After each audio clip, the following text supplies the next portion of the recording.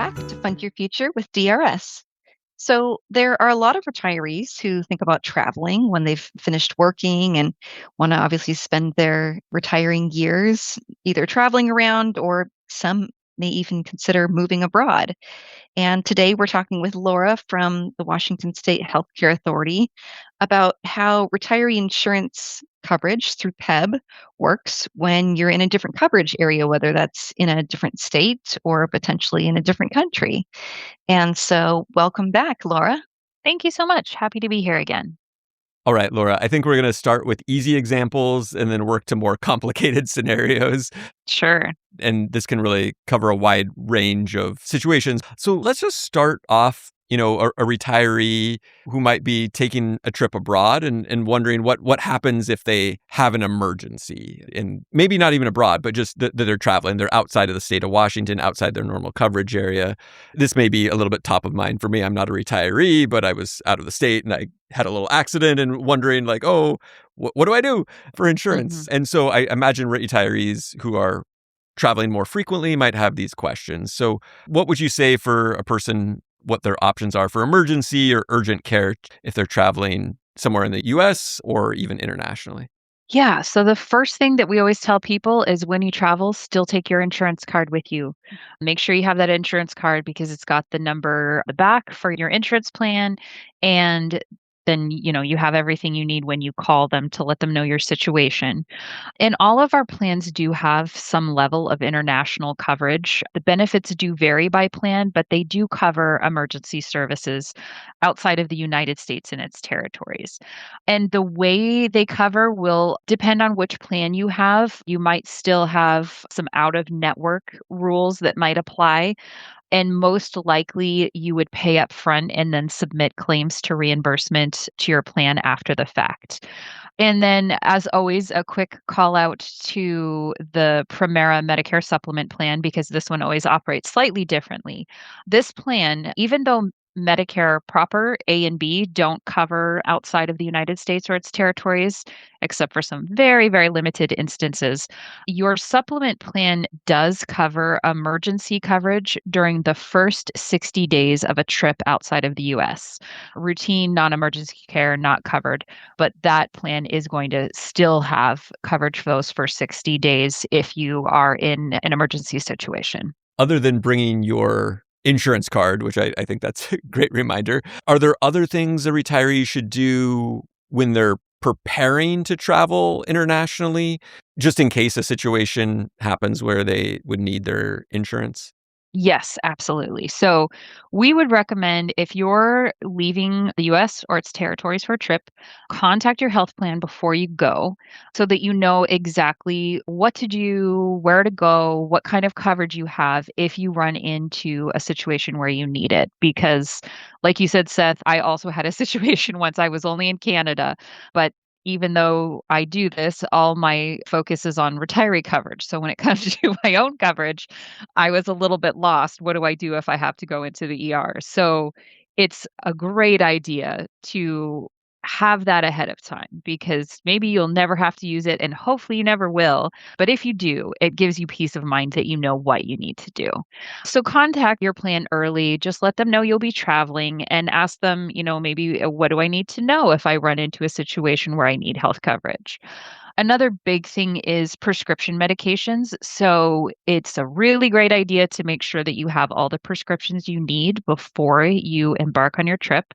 There's a limited amount of time you can do this per year, but you may be able to request an early refill on your meds. So if you're going to be gone long enough that you won't be home to pick up that prescription, you can get them ahead of time so you can take them with you. So it's kind of the ultimate takeaway is bring your card and get some good information ahead of time so that you'll know how to locate providers if you need them and how to submit international claims if you do utilize that care. And then how about if a retiree is looking to move to another state, say to be closer to grandchildren or whatever the reason may be, but move outside of Washington, but stay within, the United States, and they're thinking about coverage and more of a long-term situation. Are there particular resources for doing research in that and comparing state coverage? Yeah. So within our portfolio, it depends on which plan you're enrolled in. Several of our plans are national coverage. So you can use them in Washington, you can move to Florida. We have snowbirds in Arizona, things like that. The plan will cover you. And some of our plans are regional. The Kaiser plans are specific to certain counties. So if you were to leave that county, you moved somewhere else that was not included in your Kaiser plan, that would be an instance where you would have to change plans. It's very important when any move is made that you make sure you notify us at PEB and let us know what your new address is. Likewise, you want to notify Social Security and, of course, Department of Retirement Systems. Want everyone to know where you live so that you can get all that important mail and make sure that you're still in a plan that's going to serve you where you live. Now, if you move somewhere and you have to switch plans because it no longer is going to be available to you where you live, you have what we call a special open enrollment, which can be activated due to a move. So that would be an opportunity where you can make sure that you are covered in a plan that covers your area. Again, hopefully folks are doing that research before they choose to move. Right. And really, with our plans, the only one, if you're still within the United States or its territories, the only one that you would not probably be able to take with you if you move outside of Washington state is going to be the Kaisers. Okay, so we've gotten progressively a little bit more complicated. So let's go to the maybe the next more complicated situation where a retiree is moving, let's say, permanently outside the United States. I think people are sometimes surprised. We have a lot of Canadian citizens who work for the state of Washington, or people who have dual citizenship who may work in Bellingham or have come down across the border. But then as they retire, they move back to Canada.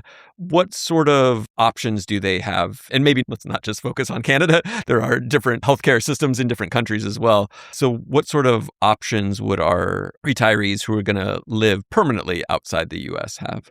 Sure. And I'm going to answer this question from the lens that we're talking about retirees who are enrolled in Medicare. Yeah. Medicare has pretty strict rules about your permanent residence for anyone who's in a Part D, which is the prescription coverage. The Part D of Medicare, they do have to live within the United States or its territories. So now, with all the plans in the PEB portfolio, all of them, with the exception of the Medicare supplement plan, the prescription benefits are administered as Part D. So we have to follow that CMS rule, which is you have to have that permanent residential address in the United States. So if you move and you're no longer living in the United States or its territories, first thing you're going to do is please let us know. There is a 60-day limit. I should have mentioned this before when we talked about special open enrollments. The 60-day limit there is the start of the event, which would be the date that you moved. You have that 60 days to notify us and be qualified for the special open enrollment. So you move to Canada, you are wonderfully lucky and you move to Portugal. You want to let us know, and then we can defer your PEP coverage. So you can essentially put that on hold. And then if at some point you decide to move back to the United States, you can return from that deferral. We typically waive the requirement that you have to provide proof of other continuous coverage. That is waived for international living for this specific reason. So if you move back, you have to tell us you've moved back, and then we will request again that you provide proof that you have enrolled in Medicare, because you may have disenrolled from Medicare while you were away, so you'd have to re-enroll in Parts A and B as well. So the big takeaway really is that you can't really use your PEB if you live internationally. So it's not going to be a benefit for you to keep paying for it when you can't use it. So you'd want to go ahead and defer it. I know we've talked in previous episodes about reminding people that they do have to defer, or that there are deadlines and things to be aware of that you may then not be able to re-enroll or enroll for a first time if you miss a deferral. So that's good information to have. And I think frequently retirees leave the country for a set amount of time and then may move back. So knowing that that is also an option, that you haven't completely given up on your PEB coverage, you're just deferring it. That's great. Right. Yeah. And this is that one instance where we're not going to require you provide that proof of continuous coverage. It's typically waived in this circumstance. So I'll just kind of add in the note that if you're deferring for any other reason, we would request that when you return. Okay. So it's good to probably defer the coverage, even if you have no intention of moving back to the United States. It's maybe good to defer just in case, so you can Yeah. have it as a backup option just in case things do change. It obviously doesn't cost anything to defer. So it's like you might as well just say, hey, letting you know. So you just have that as a backup window. Absolutely. Great. So this is all really good information and food for thought for our retirees that are thinking about potentially traveling or moving. Is there anything else that retirees should consider about their insurance in terms of traveling or moving? Sure. Yeah, I'll just speak really quick. We talked about this a little bit in the beginning, but Medicare typically does not cover at all if you are outside of the US or its territories. So with our plans, you've got some additional coverage to Medicare. That's why our plans do have that emergency coverage that's available. And then one other thing that I'll note is the Part D prescription plans in all of our plans typically will not cover prescriptions that are filled overseas or outside of the US. So, for example, sometimes folks might pick up a prescription in Canada. Maybe they find something for a better price, but you wouldn't typically be able to get any of that reimbursed through your Part D plan. We have one exception. Our United Healthcare plan actually does reimburse for international Part Ds. However, they have a copay, and I believe right now it's about $35. And so far, we haven't really seen anyone that exceeds anything international over 35. So no one has really taken advantage of that. But in general, just know you're not going to be able to use your prescription coverage overseas. Yeah. So that you wouldn't be able to use your Medicare Part D, but if you do have some of those other Medicare plans, So if you have any of our other Medicare plans, then yes, you're going to have that emergency coverage. the emergency Um, coverage. Okay. mhm.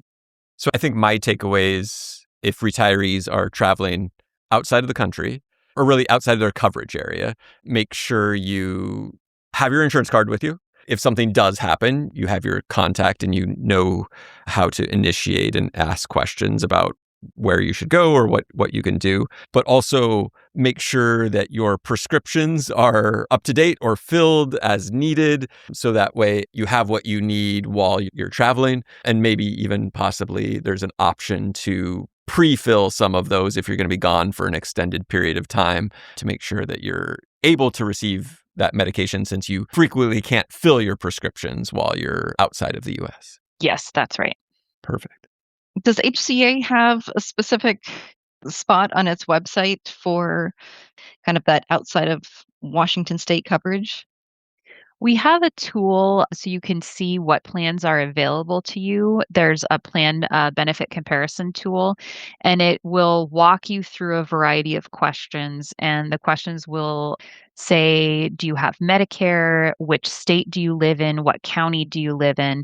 And that's one way you can find out, will this plan serve me in this county? Because if it filters through that tool and it shows you the plan, then that means it's available in that specific location. If it's not showing up, then you're probably not going to be able to use that plan. But you can certainly call our customer service if you have questions about, here's my plan. Can I use it if I'm visiting my daughter in Florida? Things like that. And then, of course, you can call your plan directly as well for those types of questions. That's a great question, Jenny. And I imagine for some of our retirees, they travel to specific areas regularly. They may be visiting family in different areas and knowing what their insurance coverage options are there. Or if you're thinking about moving to a different area, doing that pre-work. I was thinking about this, Laura, when you're talking about the special window if you do move, but I can imagine some retirees who might say, I'm thinking about moving to some county in Colorado. What are my insurance options there? I'm going to change plans during open enrollment so I can see how this plan works and make sure I'm kind of comfortable with that. Maybe to help relieve one piece of stress, before you move, to make sure you've got that taken care of. That sounds like a great research option and tool for people who are thinking about moving. Yeah, it is really helpful. And I guess the other thing to say too is that almost all of our plans do include national coverage. The outliers are Kaiser's simply because those are regional plans. So if you're someone enrolled in Kaiser, then you need to make sure that you can take that plan with if you move somewhere. But for United Healthcare, the Regents Uniform Plan, the Primera Plan F and G, those are all national coverage. So you've got a lot of flexibility there. Great. Good to know. Thanks, Laura. Thank Yeah, you. thank you. Thanks for listening, and now we'd love to hear from you. What topics would you like to hear about? What questions do you have for us? Send an email to drs.podcasts@drs.wa.gov. That's drspodcasts@drs.wa.gov. The Department of Retirement Systems provides this podcast as a public service, but it's neither a legal interpretation nor a statement of DRS policy. References to any specific product or entity do not constitute an endorsement or recommendation. The views expressed by guests are their own, and their appearance on the program does not imply an endorsement of them or any entity they represent. Views and opinions expressed by DRS employees are those of the employees and do not necessarily reflect the view of DRS or any of its officials.